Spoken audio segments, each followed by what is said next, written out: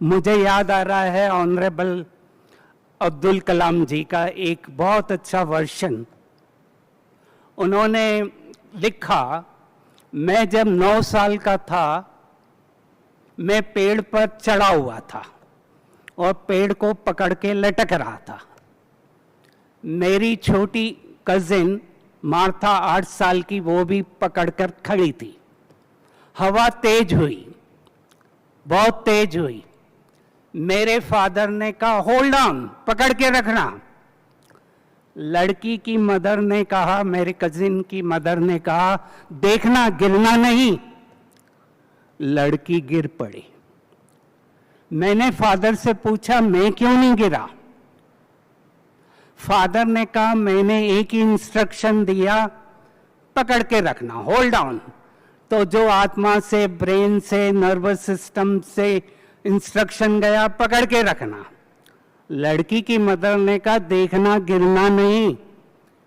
Instruction क्या हुआ, brain confuse हो गया, पकड़ना है कि गिरना है। तो ब्रेन ने कहा पहले गिर लें फिर पकड़ें।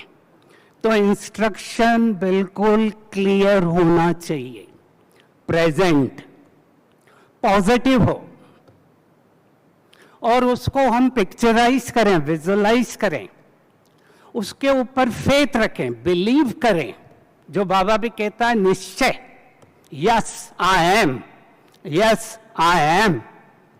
और 5वां है उसको फील करें, फील करें, प्रेजेंट में रहें, प्रेजेंट स्टेटमेंट दें और छोटा दें, बड़ा स्टेटमेंट नहीं दें। अगर 10 लाइन का स्टेटमेंट ब्रेन को देंगे तो कंफ्यूज होगा। 1 लाइन का स्टेटमेंट दें जो आपको उस दिन लेना है, जो हम लोग भी सम्मान देते हैं अपने को। एक छोटा सा सम्मान दिन भर का दिया, क्योंकि ब्रेन को 3 वीक से 3 महीने लग जाते हैं नया रूट बनाने में। कोई भी नई चीज जब दी जाती है सबकॉन्शियस माइंड को, वो रजिस्ट करता नहीं नहीं नहीं नहीं। चाहे हम चलने की लोगों को नया वो बॉडी पोस्चर का बताते हैं, तुम ऐसे नहीं चलो, ऐसे चलो, तुम्हारा ये ठीक होगा, नहीं नहीं, फिर वो वैसा ही हो जाएगा, क्योंकि सबकॉन्शियस में वो डला हुआ है। 3 वीक से 3 महीने लग जाते हैं एक नया प्रोग्राम लेने में। तो मेरे को क्या करना है, 3 वीक से 3 महीने तक वो नया प्रोग्राम रोज रिवाइज करना है। जो बाबा के 2 शब्द मुझे बड़े अच्छे लगते हैं, रिवाइज एंड रियलाइज। जब तक मैं उसको रिपीट नहीं करूंगा, रिवाइज नहीं करूंगा, रियलाइज नहीं करूंगा, सबकॉन्शियस नहीं लेता। सबकॉन्शियस का अर्थ ही है हैबिट बनाना, रिपीट करना। A for apple, B for bat, ये हम लोग रिपीट करते थे, और एक बार हो गया तो वो ऑटोमेटिक होता है। तो इसको जितना हम रिवाइज करते हैं, रियलाइज करते हैं, वो मेरा नेचुरल प्रोग्राम हो जाएगा। फिर ऑटोमेटिक कोई नेगेटिव सिचुएशन भी आएगी, नेगेटिव खुलेगा, गुस्सा आएगा, बोलूं, पर अब जो नया प्रोग्राम डाला है वो टेक ओवर हो गया। वो कहेगा नहीं नहीं, तू तो शांत स्वरूप है, तू तो शांत स्वरूप है, क्योंकि मैंने उसमें वो डाल दिया। जो बाबा का फिर से मुरली का एक स्टेटमेंट है, सम्मान की सीट पर सेट होकर ऑर्डर करो, सम्मान की सीट पर सेट होकर ऑर्डर करो।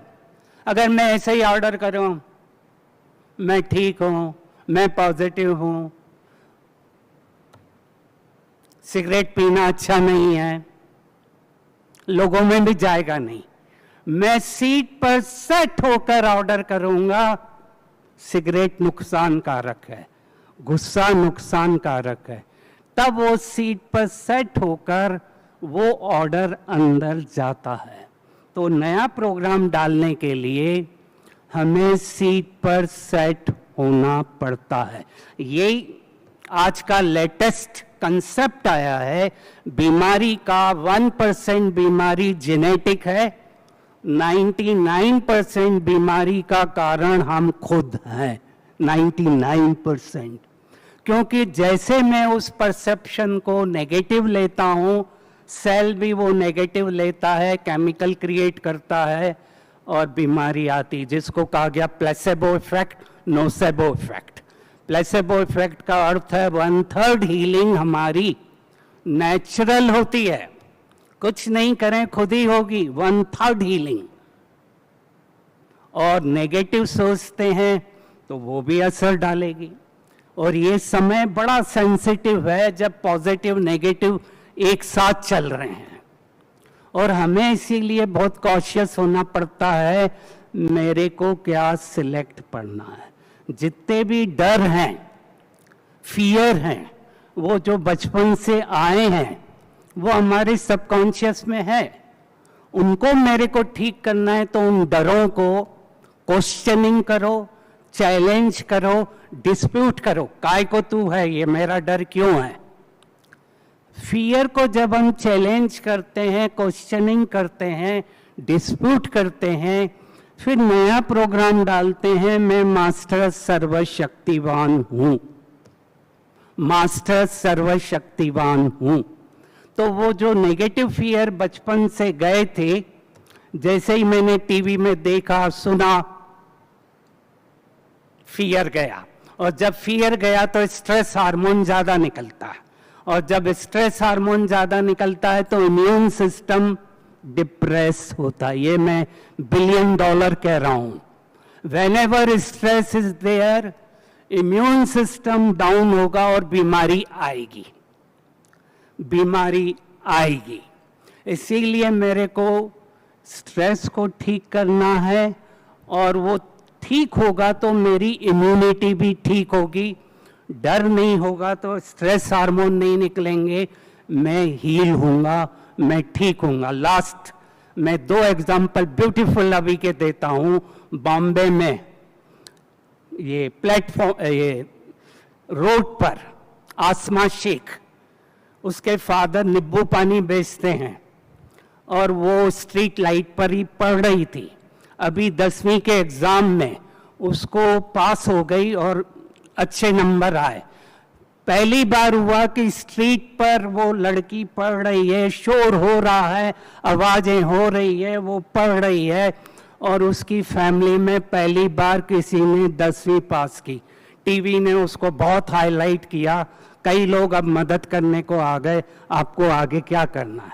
मैं सोच रहा था क्या उसने किया, कॉन्शियसली तो सामने आवाजें आ रही है, सबकॉन्शियस तो उसका वीक है कि मेरी कोई हेल्प नहीं है, मेरे फादर तो सिंपल है, यहाँ है, मेरे पास तो कुछ है ही नहीं। पर कॉन्शियसली उसने जो अपने को अंदर डाला, मेरे को पास होना है, मेरे को ये आवाजों से कोई मतलब नहीं, तो वो पास हो गई। और दूसरा बेस्ट एग्जाम्पल है हेलन कीलर का। हेलन कीलर ना देख सकती थी, ना सुन सकती थी, वर्ल्ड की बेस्ट लॉरिएट बनी, नोबल कई चीजें लिखी, क्योंकि उसने कहा कई चीजें हम देख नहीं सकते, कर नहीं सकते, सुन नहीं सकते, पर फील कर सकते थे। और वो जो फील करती थी वो अपने अंदर प्रोग्राम डालती थी। ओम शांति।